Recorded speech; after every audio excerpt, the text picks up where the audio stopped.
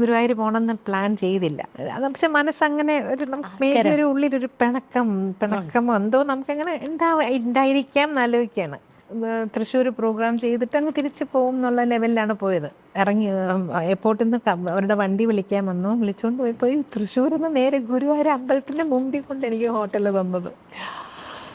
അങ്ങനെ തൃശ്ശൂരിലൊരു ഹോട്ടൽ തരാനില്ല. അപ്പം ഞാൻ അവിടെ വരണം എന്നും ഞാനത് അങ്ങനെ എടുത്തത്. മേ ബി ഞാൻ പോസിറ്റീവായിട്ട് ഞാൻ എടുത്തത് കൊണ്ടായിരിക്കും. എനിക്ക് ഭഗവാൻ എന്നെ തിരിച്ച് വിളിച്ചതായിട്ടാണ് എനിക്കത് ഫീൽ ചെയ്തത്.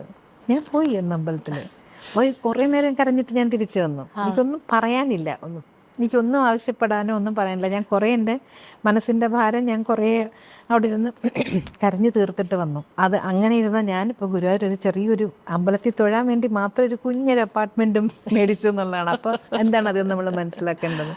എന്നെ വിളിച്ച് അടുപ്പിച്ച പോലെ എനിക്ക് തോന്നുന്നത്. അന്ന് മുതൽ ഞാൻ എല്ലാ